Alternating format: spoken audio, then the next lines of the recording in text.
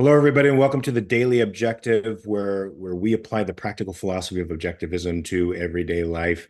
And we have been talking about the Gaza war for the past 170 some odd days here. I have a very special guest with me today, Eitan Fishberger. If you aren't following him on Twitter, you should be following him now. He is a truth seeker, a truth teller. He's busting lies left and right on social media, and handling the toxic wave of pro-Hamas supporters that seem to be flooding social media. It's an honor to meet you. Likewise. We are in the digital front of this war. If anybody thinks this isn't a multi-front war and that a lot of this war is being fought as PR, for the pro-Palestinian people are really attempting to demoralize Israel and turn international opinion against them.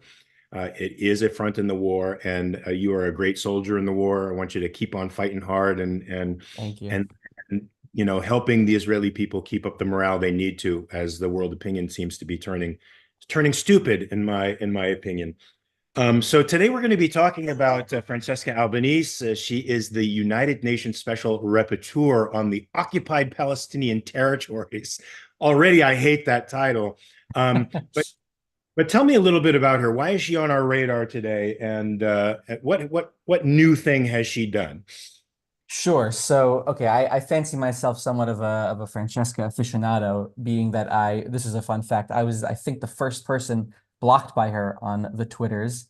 That's a distinct honor that I have. I kept calling her out for support for terrorism. She did not like it. And so basically, I think since she got her position, it must be almost 2 years ago now, I would say. She has made it her life's mission to just demonize, delegitimize, and double standardize Israel every which way. Um, Promoting all the canards that you could think of, all the libels that you can think of. She has spoken at events she's spoken at terrorist events. She spoke at a Hamas event in maybe it was late 2022. She told the Hamas, members of Hamas, she spoke on a webinar. She said, "You have the right to resist Israel." She, in 2014, I mean, they unearthed old social media posts of her. She said that the Jewish lobby, quote unquote, Jewish lobby, controls the US Congress. She is just a nasty piece of work. And obviously, needless to say, since October 7th, she's just intensified her rhetoric and demonization of Israel. She has engaged she's liked posts that are calling into question the horrific sexual assaults and rapes that Hamas perpetrated on October 7th against Israelis. She has engaged in questioning the massacre itself, saying that maybe Hamas didn't target civilians. She's really just, I mean, I post about her probably too much on my social media. So you can check out on Twitter all the things that I've written about her. And I think today she's engaged in her newest smear, which is that she's accused Israel of genocide in the UN Human Rights Council. I mean, this is a narrative that keeps resurfacing and resurfacing, and it's crazy that it finds purchase to me out there in the establishment media and in social media. How is it that they're justifying this concept of a genocide taking place? They've been doing it for years, before October 7th happened, before the Israeli retaliation happened. They've been talking about genocide for a long time, but this is the first genocide I've ever known of in history where a population exponentially expands during the quote unquote genocide. But how are they able to make this? How are they able to get this definition to stick anywhere, even legally anywhere? Legally, it doesn't stick. I mean, people just obviously the ICJ hasn't ruled yet. Not that, the ICJ ruling against Israel would make the genocide any more factual. It's not factual at all. But they have let's call them. Uh, I don't want to impugn nasty motives upon them, but they have people in the media that are willing to blindly adhere and repeat those talking points. But like you said, the population of Palestinians in Gaza and the West Bank has increased exponentially since 1948. So the idea that there's any genocide is obviously ludicrous. And since October, and even now, I mean, there's no, it's so void from reality. It's so insane that I don't even know how to defend it. I mean, like you said, there's actually an amazing article in Tablet magazine that came out a few weeks ago, because the reason that they're saying there's a genocide is because the death count is, according to the Hamas Ministry of Health, over 30,000. And there was a, very prominent statistician, an expert in statistical, mathematical something or other. I'm not a numbers guy. And he basically did a regression analysis, I think, of all the numbers and all the death tolls promoted by Hamas, published by Hamas on a daily basis, which, by the way, are blindly echoed by the UN. The UN just blindly says, oh, okay, well, Hamas says that this many people died and this many were civilians and this many were women and children. So we're just going to that's it. We were with them 100%. And he basically showed that the numbers are like virtually statistically impossible. It is impossible for the death rate to increase in such a linear fashion. The line doesn't do this. It doesn't, there's no fluctuation in the death counts. Every day is virtually the same death count. And he's saying this is statistically one in a trillion. And I'm sure that Saw the that. team here I can, saw yeah, that. I'm sure the Maybe team here can pull up the article as well, put it in the chat, but it's just, there's no bearing in reality. how crazy. Hamas lies, and the UN believes it, and the Yeah, establishment media believes it.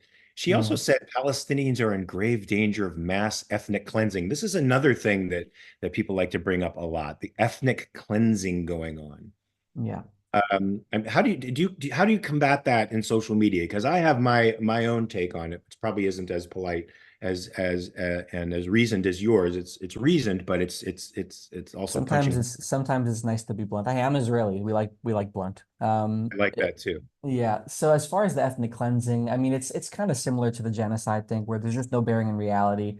Obviously, I mean, if we're talking about 1948, obviously the local Arabs who were here at the time, they were listen, war is war, and so some Arabs were I don't know what the word is, expelled, removed, they fled, whatever it is. But a lot of the local Arab leaders, the surrounding Arab nations, they all said, "Go flee, okay, because there's going to be a war coming. We're going to slaughter all the Jews." And then you're going to come back and you can take your homes back. It's all good. Obviously, that didn't happen, thankfully. But now they like to say that that's an ethnic cleansing somehow. And now what they're trying to say about Gaza is that it's somehow an ethnic cleansing for Israel to say, guys, get out of the way while we vanquish Hamas and erase this terrorist organization from the earth. Get out of harm's way. Leave, like go somewhere else temporarily. Just go a couple of miles that way and then come back. And somehow that's ethnic cleansing, which is just it's absolutely insane. Ironic because the real ethnic cleansing that took place in Gaza was when the settlers were kicked out of Gaza, removed by the IDF, thousands and thousands of people who made their homes there kicked out. And their greenhouses burned to the ground. I mean, the technology and I mean, infrastructure. it's some ethnic cleansing. I mean, the ruling regime, quote unquote, expelled its own people from the territory. That doesn't sound like an ethnic cleansing of the Palestinians to me. But I mean, Yeah, this Francesca, she's just saying this in the floor of the UN today. She called this report that she released today at the UN. She called it I think she called it Anatomy of a Genocide. I like to call it Anatomy of a Blood Libel, patent pending.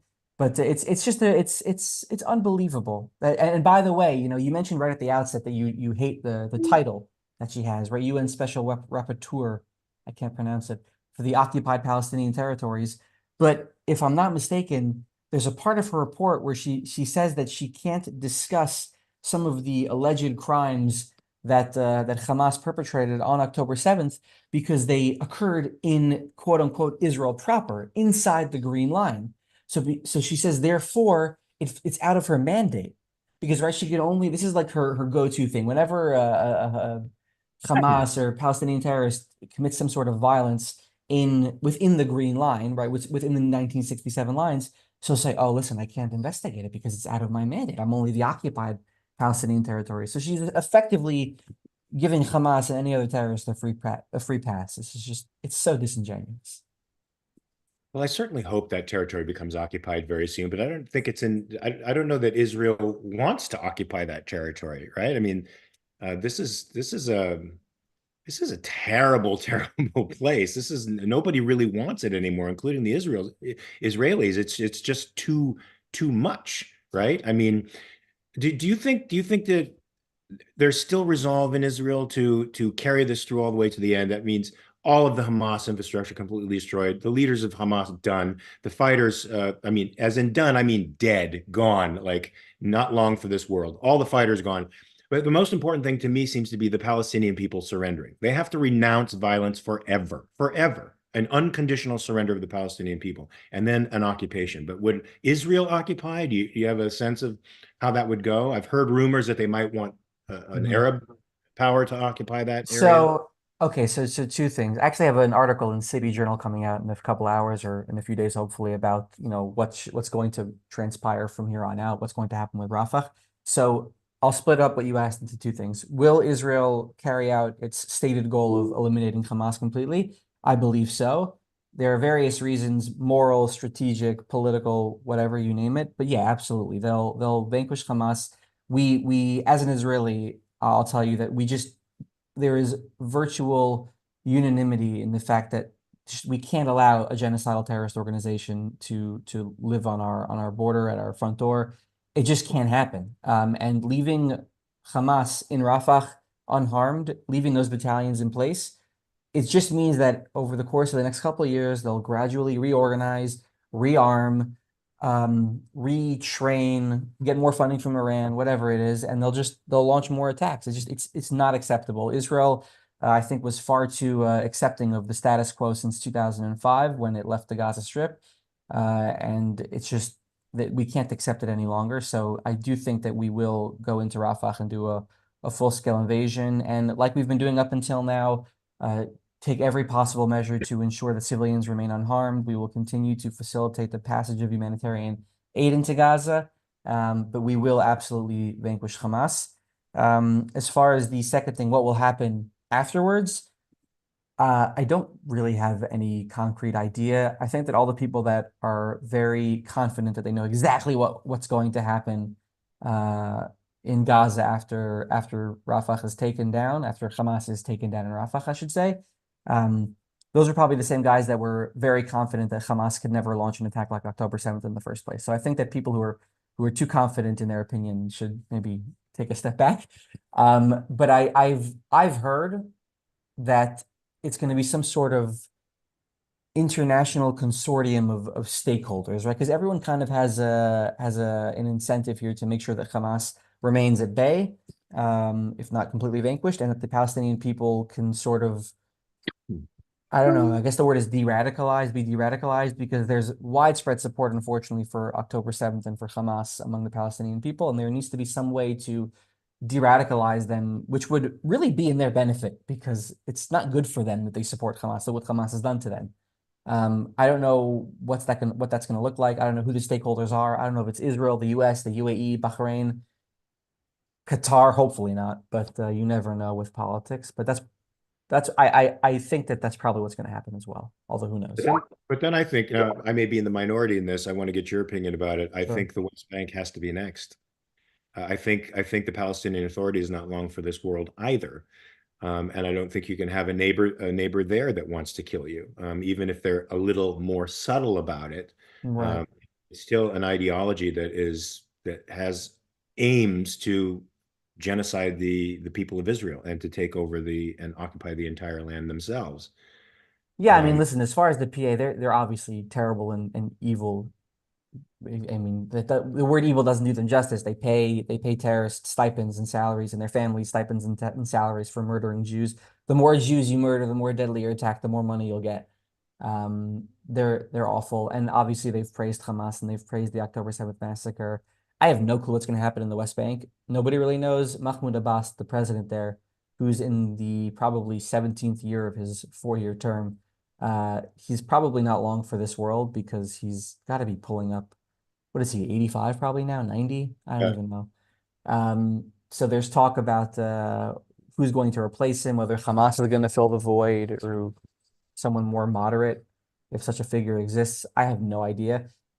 Me and everyone else, we're trying to focus on Gaza and then figure out what to do with the West Bank. Obviously, the West Bank is also cannot be left the way that it is. We've seen since October 7th scores of protests, pro-Hamas protests throughout the West Bank. So there's obviously a very radicalized, actually even more radical population in the West Bank than in Gaza, because at least some people in Gaza are sobering up to the fact that Hamas has been terrible for them. But the people Yeah. in the West Bank have not been able to experience Hamas tyranny, and so at least not firsthand. So they're a little bit more in favor of them. But yeah. I think they need the realities of warfare brought home to them. They need the realities of the Hamas ideology brings death and destruction to you. All right. So they need to know that. We have a couple of super chats here. Wes Stewart for $10. Thank you, Wes. Bonnie Bertrand for 99 cents. Thank you. Kristen with a 149 Canadian. Jonathan Honig for 3.99. Thank you. Yes, and did you know this, of course, Marwan Barghouti was favored as the new PA premier. Mm. You want to talk a little bit about that because that says a lot about the Palestinian the attitude of the Palestinians in the West Bank. Sure. And by the way, it also says a lot about the media because the media has been all in favor of this guy. Oh, Marwan, he's great. Who was it on CNN that called him, that said to some Palestinians, he's Nelson Mandela? Who was that? Yes, I don't remember, but I remember that statement. Who, Unbelievable. the team, who was it? Do we know? Maybe it was Christina Daniel will Amanpour. find out. Maybe it was He would Christina Amanpour. Maybe. know. Probably mispronouncing her name as well. But yeah, so she said to some And Palestinians, Ho Chi Minh was the George Washington, let's not forget, of the Vietnamese people. They like to yeah, do this. One man's terrorist is another man's freedom fighter kind of subjective unbelievable. shit. Yeah. But go ahead, tell me a little bit, tell our audience. Um, yeah, so I mean, my knowledge of Barghouti is not as strong as my knowledge of Francesca, but he is in prison for many life sentences because he helped orchestrate. He was a leading figure during the Second Intifada, which was in the early 2000s, where Palestinian terrorists murdered over 1,000 Israelis with suicide bombings was their most notorious weapon of choice, their most notorious tactic of choice. They blew themselves up in buses and nightclubs and hotels, you name it. It was, I mean, I wasn't in Israel at the time, but from the stories and what I've read, it was just, it's absolutely horrific. He played a leading role in galvanizing the Palestinians to commit those acts. He played a leading role in orchestrating those attacks. Israel nabbed him at some point, arrested him. He's in prison for many life sentences. This is not a person who should be leading the Palestinian people. He is not a Mandela. He is not a Martin Luther King. Uh, he's none of the above. And I've heard people say, "Oh, well, he never engaged in terrorism on." I mean, I think I don't even know if this is accurate, but people have said, "Well, he didn't fire a gun. He doesn't have a body count personally, so maybe he's okay." Doesn't matter if he doesn't have a body count, if that's even true. He orchestrated these attacks. He's an evil man, and he should not lead the Palestinian people. Nor should he be released in a prisoner deal. By the way, there are talks of him maybe being released in a hostage prisoner swap where Israel would release hundreds of Palestinian terrorists and Gaza and Hamas would have released a couple of dozen Israeli hostages. And one of those terrorists that Israel would release would be Marwan Barghouti. Unacceptable. That cannot happen.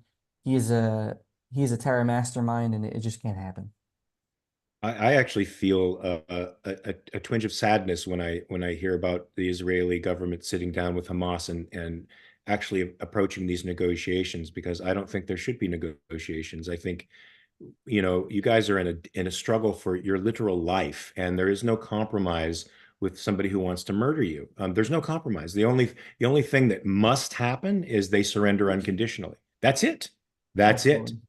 And there can be no negotiations. As much as I want to see those hostages brought home, the moral equivocation between what Hamas did by taking innocent human beings from their homes, infants, elderly women, men, brothers, sisters from their homes, and now, storing them in the tunnels wherever these poor people are being tormented.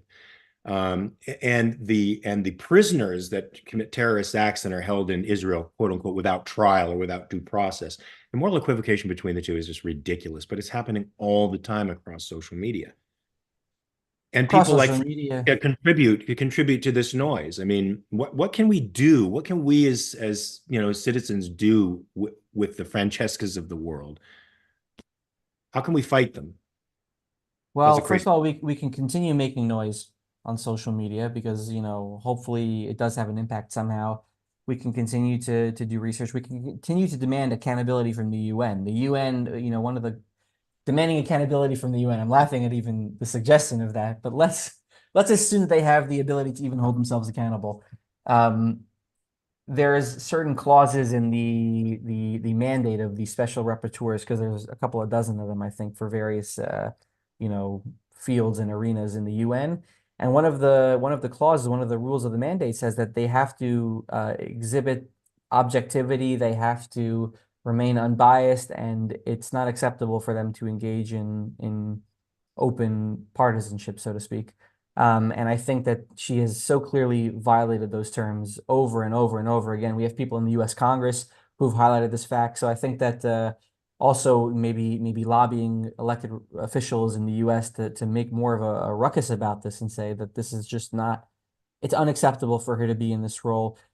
By the way, in my opinion, abolish the role entirely. There should be no UN special rapporteur for the Palestinian occupied Palestinian territories, quote unquote. It should not exist.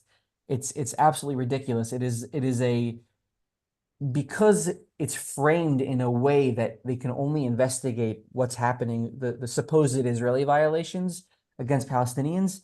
It is it is from the get-go, from its inception, a role, a mandate that is meant to demonize Israel. And the entire mandate itself should just be absolutely erased. I couldn't agree with you more. I mean, I'm not a fan of the UN at all, let alone that Yeah. part of it. Are we missing anything about this horrible person? What other craziness has she done out there that we need to know about? More crazy than speaking at Hamas events, rape denial, massacre denial. I mean, I don't know. I mean, I remember that as early as probably within a week after the massacre took place, she was already calling for an immediate unconditional ceasefire. Israel had not started anything yet. Israel was still in the phase of amassing its forces on the fence by Gaza, trying to go through the scenes of carnage and try in the Gaza, envelope towns, trying to, I don't even know the word to in English, but to Just try to find to assess find the to damages. try to figure out what the heck just happened. Yeah. And already then Francesca was calling for an unconditional ceasefire to protect her friends in Hamas, clearly. And not only Um, that, in response to the October 7th response being described as the largest anti-Semitic massacre of our century, she responded yes. that the victims of October 7th massacre were killed not because of their Judaism, but in response to Israeli oppression. I hear this crap all the time, and she's just parroting this. I mean, it's not like Hamas has it in their charter that they're going to kill all the Jews and that, the Jews will hide behind the trees and the rocks, and the trees and the rocks will say, "Oh, Muslim, come here and slaughter all the Jews." It's literally in their charter. Francesca knows it's in their charter. She knows it. Francesca, for all of her many, many, many moral shortcomings, I wouldn't characterize her as stupid. And I think that she knows damn well what's in the Hamas charter, and she's being just completely disingenuous when she's saying that they weren't murdered. The Jews weren't murdered because of their Judaism. They were murdered because they were born Jews. There's no other reason. Hey, yeah, So now they're saying anti-Zionist, and that's the dog whistle now for anti-Semitism. That's the way you escape, I guess, in your own mind, any culpability in being an anti-Semite. But that's translating here in the States to some crazy anti-Semitic stuff. I don't know if you've heard about the high schools in Queens that have courses that are funded by Qatar, and they have no yeah. Israel on the map of the Middle East, and they teach this occupation narrative from the very beginning. And it's creating activist students, 15, 16, 17-year-old activist students who are virulently anti-Semitic. One Jewish teacher who happened to post a pro-Israel post on social media was violently attacked by a gang of teenagers that ran her out of the school. They Were have there any were actually there any repercussions for the, I I mean, I don't think know how she it was. was I think she was removed from the school, removed from the general area. There were kids that would put on Hitler mustaches and do the Nazi salute outside Yeah. of her door. And to claim that they're not attacking anybody for Judaism or that this doesn't translate into a true anti-Semitic aggression is just you just have to be daft to buy that narrative. When you see people in the streets in New York City, second highest population of Jews in the world, these violent protests out there, and individual Jewish people being singled out and beaten. Yeah, This and by the way, speaking of those protests, so one of the main groups instigating and organizing those protests is a group called Samidun, which is a front for the Popular Front for the Liberation of Palestine, which is another U.S. designated terrorist organization. And this group Samidun is active throughout the US. They have a particular strong presence in New York City. They and a few other groups have been organizing these protests. Samidun has had two webinars since October 7th with members of Hamas. One was with Hussam Babzan, who I think is a Hamas spokesperson, and another was just a few weeks ago with Bassem Naim, who's another senior Hamas official. And they're openly organizing these anti-Semitic violent riots, I'd call them, in major US cities. They're hosting webinars with members of Hamas, which last I checked are designated as terrorists by the US government. And there's no accountability, there's no repercussions, I don't even know if there's an investigation, there's nothing. And so, people like you and the many other millions of concerned citizens who are like, what's going on here? How is this continuing to happen? Um, like I said before, call your congressman and say, guys, what's going on here? Do the terror designations not mean anything? Because it's just absolutely crazy. And most importantly, for everybody out there watching, fight on social media. I mean, make your voice heard because Yeah. silence is complicitousness in this realm. You cannot be silent when evil is doing what it's doing, when it's trying to gain ground by lying and manipulating and guilting people. I see that they love to use guilt, and you have to pity people who are in harm's way. Well, don't let that move you because you shouldn't be moved. It's Hamas's fault. Everything that's happening, everything, the casualties on the Israeli side, which I personally feel there should be not a single IDF soldier dead. They should have bombed that place into a flat Earth, and then gone in there and swept up whatever was left. So the fact that Israeli soldiers are dying is because they're trying to preserve Palestinian lives. We're literally members of my family were in Gaza fighting. My friends were in Gaza fighting. They're literally putting their lives in harm's way to protect our people and to protect the Palestinians. Because, like you said, Israel could have easily just done a lot more from above with the planes, let's just say. And we're intentionally putting our soldiers in harm's way to protect people of Gaza as well. So, And despite the fact that the world may be to some degree in favor of that, I don't want you guys to do that anymore. I want the bad guys to go, you guys to stay with as thank you, few sir. casualties as possible. So this channel is very hardcore with respect to that. We know the good guys and the bad guys, and we know what has to be done. And what has to be done is a complete attitude shift that will not happen until the Gazans themselves understand that their ideology brings death upon them, not upon the Jews, upon them. And that's when they're going to change. Eitan, tell our audience where they can find you, because you are a soldier on the front lines of the information battle that I think is becoming a very significant front in this war. We need to change hearts and minds. We need to convince people that Israel is the good guy, not the bad guy. Just because they're rich and powerful doesn't make them the bad guy. Just because the Gazans are poor and unproductive doesn't make them the good guys. It can make them savages who don't like Western civilization, don't like democratization, don't like any of the things that we associate with civilization. So since you're a front line in that information battle, tell us how we can get in touch with you, how we can look at your Thank stuff. you. I appreciate it. So I'm on Twitter/X at E Fishberger. That's EFISCHBERGER. Um, Happy to engage with everyone. My DMs are open. And thank you guys for having me. I really appreciate it. And Mark, thank you for everything you do as well. And thank you to the entire show. Really, you guys do incredible work. Thank you. We want your following to go up by 10 billion. You should be You first. super super. I'm trying. And also, folks, for me, we have the Freedom is Real campaign that's going to be Yes. starting. So you can get merch like this, the shirts, cups, all kinds of merchandise. Every cent, all the proceeds will go to the PTSD program and trauma centers at Sheba Hospital. To try to help our Israeli brothers and sisters who are suffering because of what the Palestinians have decided to do.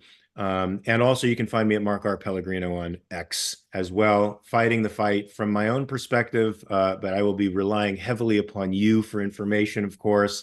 and probably citing you as much as possible to fight these droogs. There's no other way to describe them. Thank you so much for coming on the show. I hope we can make you a regular guest as things start to play out By all here means. in Israel. And take care of yourself, my friend. You We need too. you. All right. Thanks, Thanks, guys. I guys. really For everybody appreciate else it. out there, the reality show's starting pretty soon. And remember, when you switch from here to there, to check your premises. Peace.